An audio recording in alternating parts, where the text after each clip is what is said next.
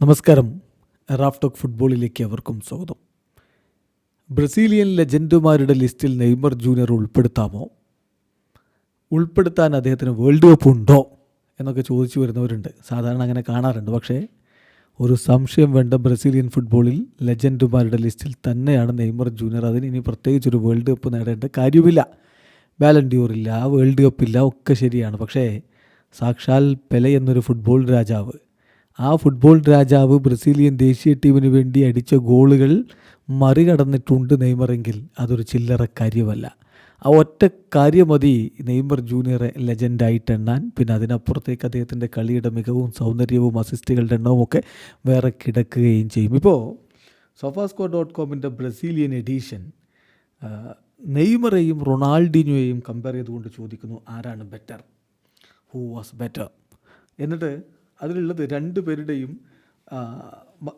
ദേശീയ ടീമിനായിട്ട് world കപ്പിലും ക്ലബ്ബുകൾക്കായിട്ട് UEFA champions ലീഗിലും നേടിയിട്ടുള്ള ഗോളുകളുടെയും മറ്റും കണക്കുകളാണ്. അത് വെച്ചുകൊണ്ടുള്ളൊരു കമ്പാരിസനാണ്. അപ്പോൾ നമ്മളതിലേക്കൊന്ന് കടക്കുകയാണ്. ഇപ്പോൾ ഗോൾസ് പ്ലസ് അസിസ്റ്റ് നമ്മൾ നോക്കുകയാണെങ്കിൽ നെയ്മർ ജൂനിയർ ഇത് ആകെ UCL അടിച്ച ഗോളുകൾ, വേൾഡ് കപ്പിൽ അടിച്ച ഗോളുകൾ, ഇതാണ് എടുക്കുന്നത്. അതായത് ഇമ്പോർട്ടൻ്റ് മത്സരങ്ങളിൽ ബിഗ് സ്റ്റേജിൽ എങ്ങനെ പെർഫോം ചെയ്തു, അതാണല്ലോ പ്രധാനം. നെയ്മർ 51 ഗോളുകളും 33 അസിസ്റ്റുകളുമാണ് ഈ ബിഗ് സ്റ്റേജിൽ UCLലും വേൾഡ് കപ്പിലുമായിട്ട് സ്വന്തമാക്കിയിട്ടുള്ളതെങ്കിൽ റൊണാൾഡിനോയുടെ പേരിൽ 20 ഗോളുകളും 15 അസിസ്റ്റുകളുമാണുള്ളത്. അതായത് നെയ്മർ ഇപ്പോൾ 84 ഗോൾ കോൺട്രിബ്യൂഷൻസാണ് സ്വന്തമാക്കിയതെങ്കിൽ റൊണാൾഡിനോ 35 ഗോൾ കോൺട്രിബ്യൂഷൻസ് മാത്രമേ ഉള്ളൂ. ഇനി minutes per participation in goal, അതായത് ഗോൾ കോൺട്രിബ്യൂഷൻ പെർ മിനിറ്റ്സ് നോക്കുകയാണെങ്കിൽ ഓരോ 97 മിനിറ്റിലും നെയ്മറുടെ വക ഗോൾ കോൺട്രിബ്യൂഷൻ വന്നു.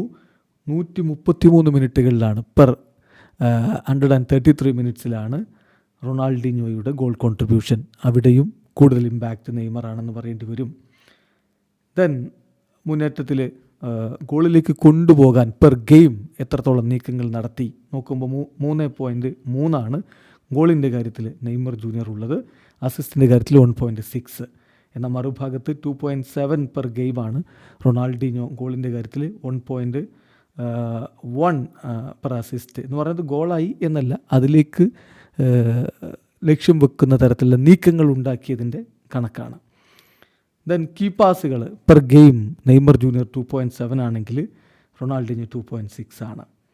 അതുപോലെ തന്നെ സക്സസ്ഫുൾ ഡ്രിബ്ലിങ്ങുകൾ പെർ ഗെയിം നെയ്മർ 4.3, റൊണാൾഡിനോ 2.7.